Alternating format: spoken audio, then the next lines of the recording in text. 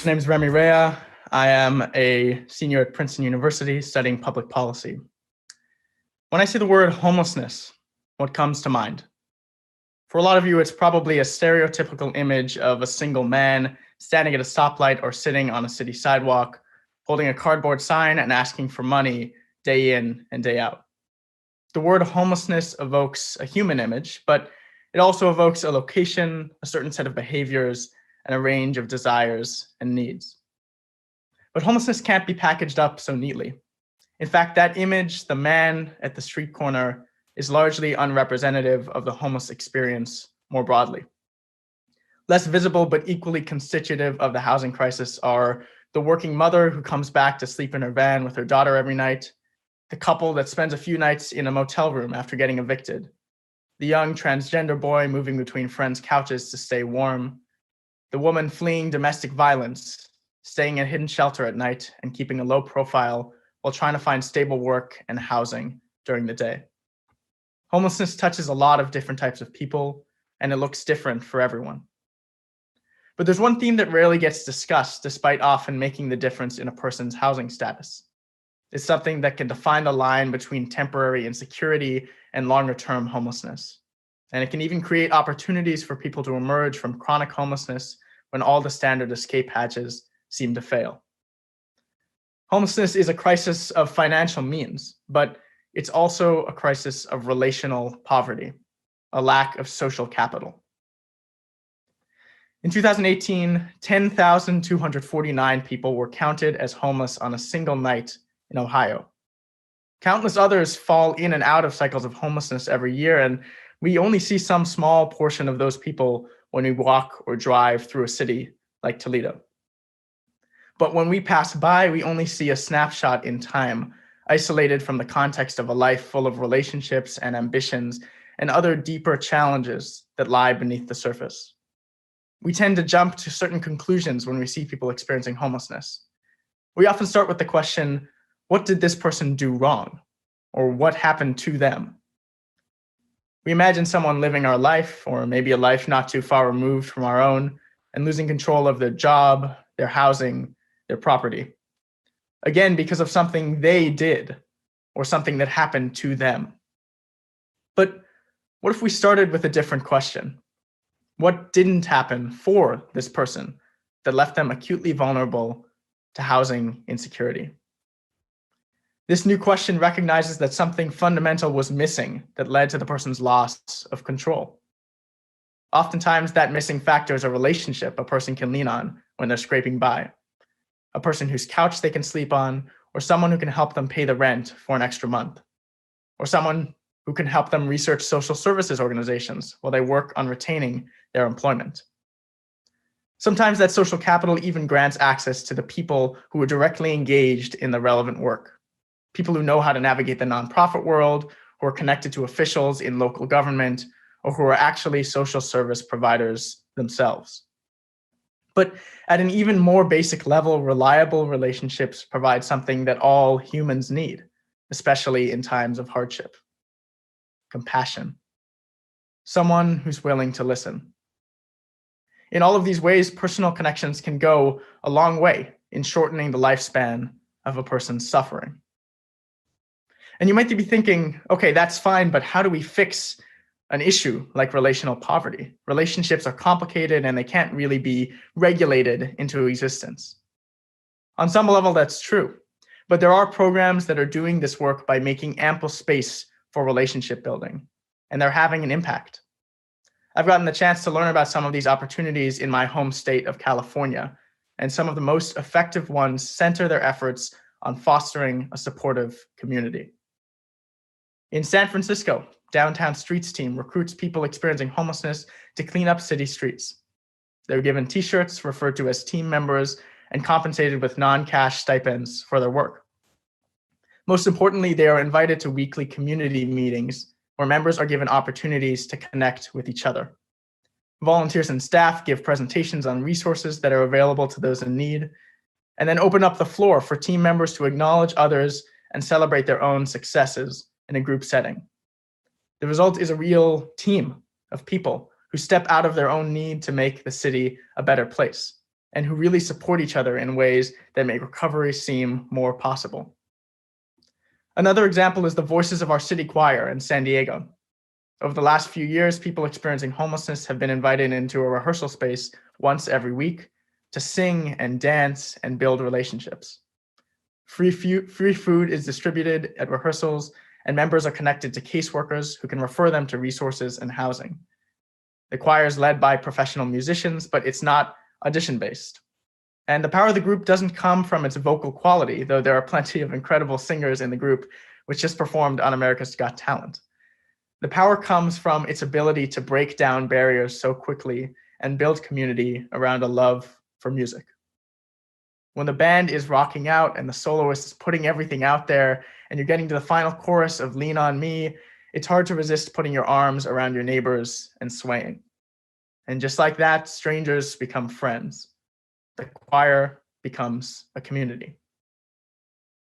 These organizations and others show the power of community, while organizations like Miracle Friends, which pairs people experiencing homelessness with volunteers who call and text them every week to provide emotional and practical support, show that individual relationships can be incredibly powerful too. Brian Stevenson, a civil rights lawyer and author of the book Just Mercy, has said that the opposite of poverty is justice. I want to propose an addition. If the opposite of poverty is justice, then the solution to poverty is connection. The environment of the Midwest provides its own challenges in this domain. Already stifled by depopulation and disinvestment, post-industrial cities like Toledo are forced to confront the challenges that other large urban centers face, like homelessness, in conjunction with the challenges that smaller towns in the Rust Belt have struggled to address in recent years, like the loss of manufacturing jobs. But committing to relationship building in our work to end homelessness is often less a matter of material resources and more a matter of shifting the collective mindset about the issue and the people behind it. If we really envision ourselves as part of a supportive, beloved community, we can create that community. And some people in Toledo are already working to make this community a reality. Toledo Streets is a nonprofit that helps people experiencing homelessness to earn an income by selling newspapers in town. Rooster Tinch is one of these people. After growing up mostly in Dayton and spending 28 years in prison, he came to Toledo a little over a year and a half ago. And he told me that Toledo already feels like home, but he wouldn't have found this connection to the city without the opportunity to build relationships through Toledo Streets. Having never been to Toledo, Rooster had no family or friends to lean on when he arrived. He spent some time in the Cherry Street Mission, then in the Lorraine Motel supported by Task of Northwest Ohio. When that program was abruptly shut down, he ended up out on the streets. He sold newspapers for months, working from 7 a.m. to 5:30 p.m. all around the city and through all kinds of weather, slowly building up resources. Rooster told me that he worked hard to do his job well, and that he became a bit of a local celebrity because of his omnipresence in the city and his enthusiasm for selling papers. One day, a local restaurant owner named Jacob Estrada asked Rooster if he wanted to sell tacos for him at the Lowrider Cafe in downtown Toledo. He had seen Rooster's grit, persistence, and ambition to get the job done. He recognized Rooster's potential. Rooster had actually earned a culinary science degree during his time in prison, so he started working at the Lowrider Cafe and eventually became head chef, a position he still holds. When he isn't working for Jacob, Rooster does painting and maintenance work in a local office building. Rooster won Toledo Streets' Vendor of the Year award in 2019 because of his amazing efforts with the organization, spending hundreds of hours standing on street corners throughout the city and enthusiastically selling more than 2,500 newspapers. But that recognition wasn't all he got.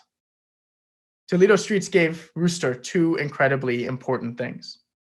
It gave him a loving community of volunteers who saw his potential, but it also gave him an easy access point to the broader Toledo community that enabled him to make and eventually reap the rewards of genuine community relationships. Rooster's passion and determination to build a new life would have meant nothing without someone to acknowledge those things and to give him a hand up. Toledo can continue to apply this mentality to other people in need. More organizations in Toledo need to make community a centerpiece of their missions, but this requires looking past the short-term quantifiable metrics that nonprofits and community organizations usually report back to their funders. And that means that the whole community needs to commit to holistic approaches to support. So what would that look like on the ground? Well, first of all, Toledo needs nonprofit outreach workers who are well-versed in the multidimensionality of homelessness and who know how to offer case-by-case support in Lucas County. When social service providers can create real relationships with their clients, there's more likely to be a higher degree of investment in solutions on both ends. Government officials should invest in programs that allow for more communal gathering that bridges the gap between housed and unhoused people. Imagine the potential of regular community building events like barbecues or concerts that eliminate the normal power dynamic that exists at a stoplight and provide free food and space for open dialogue and connection to everyone, regardless of housing status.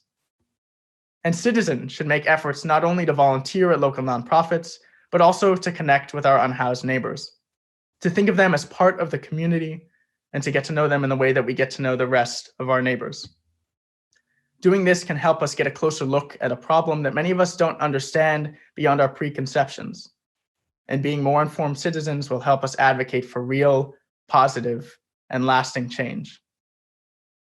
So when it comes to homelessness, don't be afraid to smile at the people you walk past or to talk to the people you've been taught to fear, even if you don't always have something material to give. Listen to their stories. Challenge your own ideas about who they must be because of how they look on the surface. It's never too late to break down our preconceptions. Homelessness is a deep problem in this country. We pour billions of dollars into solutions that often don't seem to make a dent. And we have good ideas to get people to a place of stability, we really do. But we need to supplement those ideas with efforts to build strong and lasting relationships for those who have so often lacked basic support systems. Once we commit to tackling relational poverty and to being a part of the collective solution to the problem of homelessness, we will move one step closer to that vision of justice that Brian Stevenson outlined. Step by step, one connection at a time, we will create a society that we can truly be proud of. Thank you.